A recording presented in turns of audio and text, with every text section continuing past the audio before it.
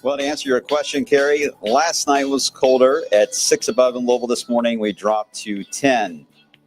Well, we have a good chance to be even colder tonight. Oh boy, just what you want to hear. Hello, everyone. I'm Wave Meteorologist Brian Good. Several things to cover with the update today, locally, and of course, what's happening to our south, which is getting a lot of headlines right now, and how this all mixes together, and of course, how we trend into the new month ahead of February, which is just right around the corner. Can you believe that? Moving right along here.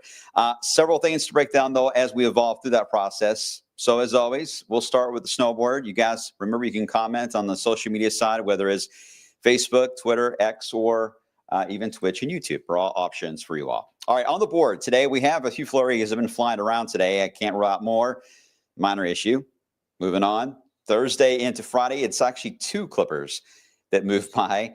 And you would think we would get a decent amount between two of them, but one's displaced north, one's displaced south, and overall the amounts look very, very light, and the trend is lighter as we've gotten closer to it. So we'll watch it. Clippers, as always, can be sneaky. And speaking of sneaky, the weekend setup. Boy, this is going to make my hair turn even grayer as we head into the latter half of the weekend to early next week. With cold air at play, trying to leave town, and warm air trying to come into town for a visit. Yeah, the two don't mix very well. Now we're back to the fun conversation of precipitation types. It's hard to even say it. As we evolve into the latter half of the board there, which is never fun, right? And those can't really get resolved until we get right up on the event. So more on that coming up here in just a few minutes. I think I just swallowed an gnat. Anyway, all right, it's 14 degrees in Louisville right now. We dropped to 10 this morning, as I mentioned. 11 at Fort Knox, 7 into Shelbyville. The coldest I was able to find, at least so far, on actual numbers this morning. Parts of Shelby County, about 3 below zero.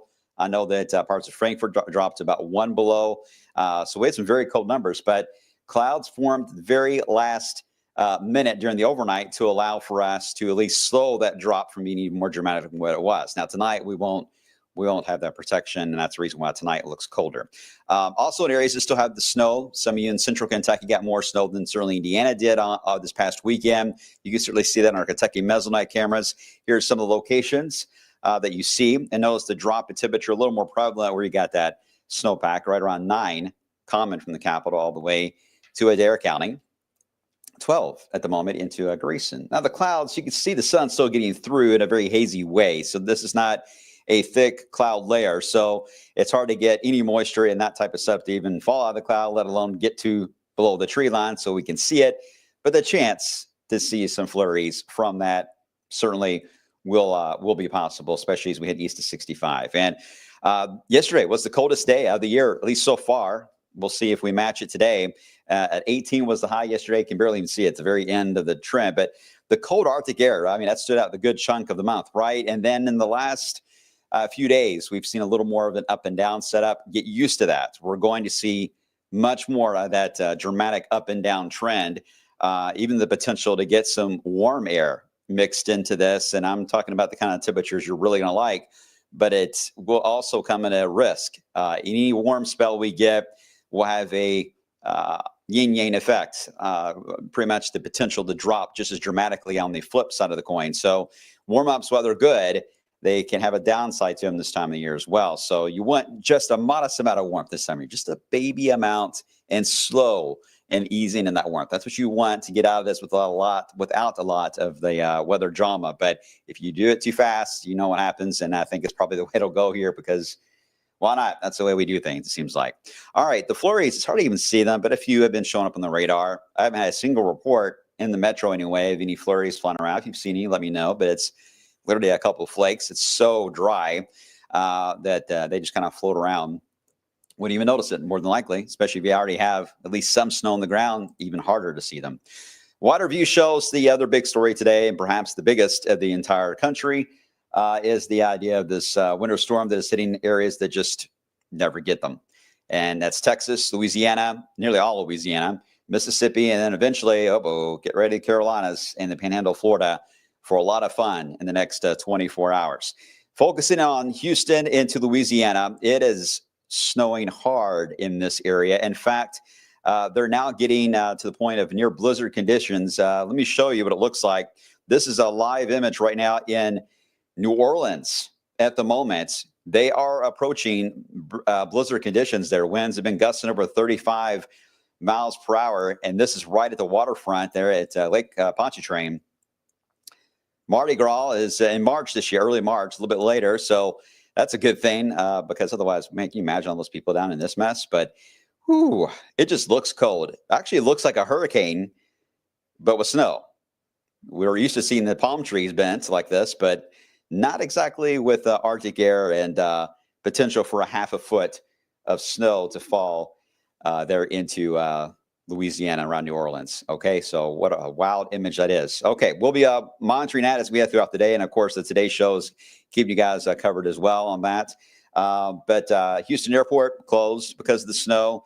You head toward areas of central Louisiana. Let me show you the blizzard warning that's out. Rare to see that. In fact, it's never happened before for Louisiana, Southwest Louisiana especially, and Southeast Texas. Good chunk of I-10 is closed, by the way. Certainly in New Orleans, it's closed. You can't even get to the interstate. And that's a setup that can last for at least a few days because they don't have, in some cases, if they don't have limited snow removal equipment, they have zero. And therefore, they just have to wait to thaw out. Now, the good news for them, a lot of this area you see here is going to be in the 60s, perhaps even touching 70 by the time we head into that end portion of the weekend. So, yeah, around there, things, they change around in a hurry. For us, not so much, it seems like this year anyway. But then we got to get ready for what's happening to its east because the winter storm warnings then aim toward Mobile, Alabama, Louisville South, better known as Destin, Florida. Will have perhaps a few inches of snow. I believe Panama City, if they get measurable snow, even more than an inch, it'd be the first time in 60 years they've had measurable snow like that into Panama City. This one likely will miss on the southern side of Atlanta. Atlanta will have some impacts, but no doubt travel by airline will be impacted. But Savannah, Georgia, even into the Big Bend area of Florida, which, again, we talked a lot about with the hurricanes this year hitting the Big Bend over and over. Now it's a winter storm moving through. And obviously Charleston, South Carolina, into the Grand Strand there, into Myrtle Beach. They're watching it as well. It's a combination of freezing rain, sleet, and potentially several inches of snow that could fall in that area. And when you get right along the ocean like that, it gets very, very difficult. I feel for all the meteorologists that are forecasting this winter storm on the water, just as they have issues with this in the Northeast around New York and Long Island. Water temperatures get involved. The marine layer into winter storms can really complicate the temperature profile. And it rarely can go exactly as planned. And in some cases, you can get some surprises, especially when you take these lows up the coast. So I really would watch the trends carefully here for the Carolinas tomorrow. It could be wild to see what happens as this winter storm moves on by. But this is certainly one for the books. And again, one for history period for blizzard warnings because it's never happened before in that area of the country. Okay, and if they end up with more than 5 inches of snow in parts of, say, Lafayette, Louisiana, the last time they had anything close to that was in the late 1800s. Yikes. Okay, so we know about that winter storm, and we know that if they are getting a winter storm, then obviously we are just frozen. To get a winter storm along the I-10 corridor is never a good sign for us on cold weather, and that's still our headline in the short term. So as this little ripple of moisture moves on by, it's still going to produce perhaps a few flurries today. Again, minor issue that moves on by. We have the clouds, in a sense, working for us this morning. They developed the right time to keep us from tanking on the temperature this morning, even colder than what I showed you, but they're going to work against us for the afternoon because now they're blocking the sun. Not entirely, as you saw, but enough that the thermometer is just kind of a very slow climb today. So it'll be very similar on the high, about 18 like we had yesterday. But then we lose that blanket tonight, and the wind starts to relax, and then there we go. Thermometer will fall, and depending on the wind speed, I think the wind's going to be a little more of an issue than the cloud cover will be. The wind, sometimes we have to go by model estimates of it relaxing to near calm levels. If it stays elevated, then that may save us as much as 5 degrees on the lows. But if that wind goes to calm levels, yes. Even the city of Louisville has a good chance to get to between 0 and 5.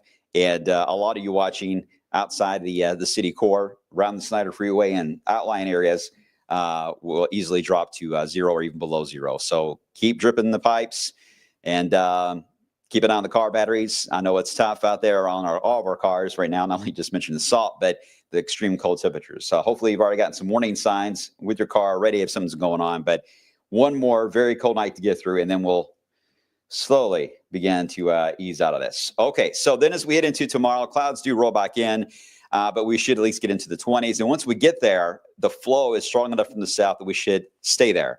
So we don't see the big drop, thanks to the wind working for us for Wednesday night into Thursday. So that's good.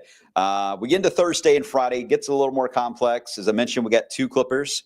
The first one moves on by really as we get into Thursday afternoon. The amounts on this, not overly impressive. And temperatures will be, you see the freezing mark is right across the blue line there, is right across wave country. So if you get temperatures near that mark, treatment on the roads does quite well. So I don't see a lot of impacts right now from this. We'll watch it. Now, the second one, which the model, this high-res model can't fully see yet, and that's another issue, is that they can't see the second one very well. We need another 2, maybe 3 model runs to fully see the second one. But the moment, it looks like it'll spin roughly around southern Missouri, southern Kentucky, heading toward western Virginia. That one, depending on timing, could perhaps put down some light amounts. But again, we need to fully see it before we can really jump on that. But we'll account for snow chances for both for now, and we'll keep you updated. Then we get into the upcoming weekend. Okay, so as you guys know, and I've mentioned several times on the blog over the years, cold air is heavy, it's sluggish, it's slow, it's lazy. We are in the Ohio River Valley. Now, our biggest issue we have here is that we are in an area where the valleys sometimes can be sheltered from that warming wind that comes through. It just flies over you instead of getting into the valleys and scooping out that cold air and getting it out of here. So when you run into that complex scenario, you can end up with some, obviously, precipitation type issues. On paper, to be very general on this looks like a snow to rain to snow type of setup. Now, not all the models agree that the moisture will even get this far north. In fact, the Euro wants to really keep this down to the south again. So that has to be figured out. We got to figure out if we even have moisture coming our way first, and then we get into the types. This is going to be down to the wire. I don't think we'll even have a full handle on this. Perhaps even Friday morning, it will be a challenge. Friday afternoon, maybe. So yes, I mean, down to the wire, literally on this one coming through. But certainly watch out for potential for at least some wintry weather. Not so much Saturday. I'm not worried about Saturday right now as I am on a Sunday. I think Sunday would feature that wintry chance. But then we have to figure out, okay, well, the warmer flow will eventually, if it gets strong enough, it will keep flying overhead and it does work into the valleys and try to scoop out that colder air. Then we end up with at least this trying to go to rain. Now, what is interesting is that some of the globals, we call the long range models, including the GFS, are not aggressive with that south flow as we really would want it to be to change this back over to rainfall. Therefore, in some cases, especially the more north you are, you may stay on the wintry side as far as the type the entire time. And that is a whole other ballgame then. All right, then we have much more of an impact that we could see. But it's so early in the game, you can see how close this is. This is a snapshot of Monday morning. It's got moderate to heavy snow into Indiana and Ohio, and then moderate to heavy rain across Kentucky down to Tennessee. Where's the rain snow line? Of course, right along the Ohio River. Shocker. It's almost like, you know, Mother Nature has her little maps out and tracking it all. So this one needs more time in the oven to figure out. It's going to take a bit. There will eventually be a cold front. I'm a little more confident on the end portion of this going to snow than I am what happens at the beginning and the middle. But the end, it is a cold front. So the profile coming in from the north like that, that north wind is a lot easier to forecast precip types in that sense. And then we draw back out as we get into about Tuesday. Here's one other way we can look at this mess. And that is, of course, the ensembles, which are different. It's the same model, but it's different ideas that are in the model's head, basically. And this is a way to see the chaos that is kind of struggling within the model. Let me take this full screen so you guys can see it. This is the GFS model. And what you're looking on the left is your type. And there's the little clipper. Sees a hint to the clipper there. Real small. Anyway, blue is snow, green, rain. And then the purple can either be sleet or freezing rain, depending on the scenario. You can see how it starts on the wintry side as we head into early Sunday morning. Then it says rain would be the dominant precipitation type as we into later on Sunday. And then as we get into the end portion, well, it's like, well, yeah, then it starts to change back over, but it really starts to fight. All the types start to fight at this point. But notice it does have a wintry component throughout the whole event at some point. It doesn't, the green isn't the only thing that stays on there. So that's the reason why these levels just kind of vary a bit each model run. So it's still chaotic. Got to figure out the trends on that. And obviously that's going to impact snowfall amounts. The ranges are wild. I mean, very light amounts to, a few inches of snow that could fall. But I do think this is going to be more of a wet snow scenario if we were to get snow out of that. So in some cases, the rain, if we go to rain, that would just wash it away almost immediately. You wouldn't even notice it. So it's an odd system. It's one that we don't like here because they can cause some headaches. But as I stressed, not all the data is even saying that moisture is going to get here first. So that's something we'll be sorting out as we head down the road. All right, looking at the long range, speaking of that, the polar vortex, which has been not exactly split, but in two different folds, more of a stretching really that we've had. It does focus still more into the Hudson Bay area. That's been the case pretty much most of the winter into central Canada. But what is missing is here. Look at the northern and eastern side here of the Pacific Ocean. As we head into the current pattern, notice we have more of the ridge that is showing up. And what that does is allow for these cold attacks to go straight down from the North Pole right to Panama City and New Orleans. But as we evolve into February, that begins to break down. And because of that breakdown that starts to happen there at the very end of the month, that's when we will likely get a little more of a faster storm track, likely influence temperatures, much more of a temperature swing, as I mentioned, more dramatics on the more dramatic ups and downs that will come into play. But the cold air is still reachable. It's not going away. So it can be easily pulled right back down for another Arctic attack. It's just a little more on the lurking side, if you will, as we get into very end of January and into February. In fact, even some of the data as we evolve into February, adding in the thunderstorm potential back into the Mississippi and maybe even the Ohio River Valley, which honestly, that kind of makes sense, right? Let's hope we don't get a lot of heavy rain, though. That's not going to be good given how frozen we've been as of late. That can lead to a lot of issues when it comes to water mains, our roads, potholes, that kind of stuff. Oh, it just could be a mess on our infrastructure. So we don't want a too rapid of a warm up. So here's at least smooth that idea of everything I just said, which is a lot.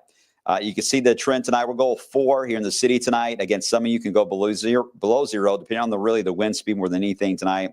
And then the first time we get back above freezing will be just a few hours on Thursday. Otherwise, Friday we'll watch that clipper. And then, yeah, we do have a chance to get to around 40. Obviously, if the colder model idea for late Sunday, Monday becomes more popular in the data trends, then those numbers will come down and be more in line with the freezing mark, probably close to 32 for the whole event. So it would likely be a wet snow event type of setup. So I'm hoping we get rain involved at some point that'll cut down on some of that. We just don't want that mix. We don't want that icy stuff. You get what I'm saying there. So we'll keep the chances low, 30 to 40% for now, and we'll take it one day at a time because we are in such an extreme pattern, and it's what we call an anomaly pattern in the sense that it's never really happened before for some elements, especially down in the deep south. So when models sometimes take an historical approach to some of the data being injected, when you don't have much to go by historically, then that becomes a problem for what it spits out for the future. So we have to kind of smooth that idea and that chaos ourselves as meteorologists there. Okay, Dave and Jean, that 70 and sunny, please. You know what? February, you can get to 70 in February for sure. So it wouldn't surprise me that gets into play. May take some time, but it would not surprise me at all. Okay, any questions I can try to answer for you guys? Obviously, for the Deep South, I would check what's happening there. We have a lot of our affiliates down. I was trying to load up one of them, but it wouldn't load down into Louisiana. They're having, obviously, a busy schedule down there with all their coverage. But, yeah, nonstop in that area. They're kind of all over the place and emotions dealing with a blizzard in Louisiana. It's been 4,400 days since Wave Country's had a blizzard warning. 4,400 days.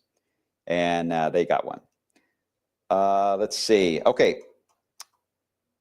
Let's see. Hey, Bryce, how you doing? So our phasing from earlier models show Thursday and Friday event, did that go south? No, not necessarily. It's just not exactly a fully phased system. That's why it's right now looking to be a 1-2 punch on the Clipper setup. They're not together. If they would have been a little more phased, it probably would have been a little more of a hassle. But right now, with it being disjointed, that cuts down on the amounts. Also extends the timing out, though, because you end up getting hit by both within a 24-hour period. So that's why the snow chances are both for Thursday and Friday. Even put the 10-day back up so you can see that once more. Josh, when is the January thaw going to happen? Well, we've had a few minor thaws, but this one will be probably our longest yet of the entire season will be what's coming our way. But you can see that when you warm up, as I always say, in order to get bigger precipitation events, whether it's thunderstorms or snow and winter storms, you've got to have the warmer air, right? That comes at a price, though, for those that are snow lovers, because too much warm air, it goes to rain. But if you have right on the edge, as we saw at the very beginning of the month, when you're right on the other side of that coin, but right on the line, you can get a big winter storm. And I think even snow lovers, including myself, I don't think we want that mess again, right? I don't think we mind snow that's here for another day or two and goes away, but full on freezing rain, sleet, and then snow, and then deep freeze, that is hard on everybody. So we don't want that. But I don't see that kind of a trend. I think we're about past that type of weather as far as you get locked in and keep ice and snow in for days and days and sometimes weeks. We're getting past that point. And for all intents and purposes, the halfway point of winter is February 3rd. So we're almost there, a couple more weeks. Margaret, the thaw seems to be just out of reach every time. Yeah, I know. It's like we're chasing it. And that's the other caution. I mean, some of the models are much warmer in this 10-day, especially next week, than what we have. But we're going to go slow with that idea because, again, they're jumping on a lot of climatology, not so much pattern right now. And the pattern has been screaming that the Arctic attacks that have been repeating have been more dominant than what the modeling has said. So we're going to go slow with any type of dramatics on the warming trend for now. I'm just cautioning you guys that you're going to see more of those dramatic ups and downs coming our way, though. Hi, Gary. Hope all is well. Thanks for watching. Will we get more snow in February or get cold like this in February? The cold part will be tough. But yes, you guys know we can get winter storms all the way into April. We've had them as late as May before, but it's very, very unusual. But hey, if there's a year it's going to happen, maybe it's this one. But yeah, we've had snow at Churchill Downs on the ground as close as 2 weeks before the big race for the Run for the Roses there. So we're not even close yet to the end of the game on this one, unfortunately. Kathy's like, I'll take the warm models. Yeah, I think we're all ready to thaw out. Just to be able to get around and be outside for more than 3 seconds without having to have the run inside. The only plus side is if you're having a conversation and you're trying to get away from it, the cold air is always your excuse, right? Now, don't think that if you see me out in public, like he's running away because it's cold. No, I'm running away because it's cold out. All right, guys, I think you are in pretty good shape. I think everyone's in the same mode and mood at the same time. Just please keep an eye again on the thermometer at home tonight and your pipes and your cars as we head into later on tonight. I mean, very, very cold setup tonight. And then we'll just watch these Clippers and the weekend setup. It's going to change several times before we get that settled. So big heads up there. All right. I'll see you guys, tomorrow morning at the same time. Carson will be in today on midday at 11 a.m. He'll see you then.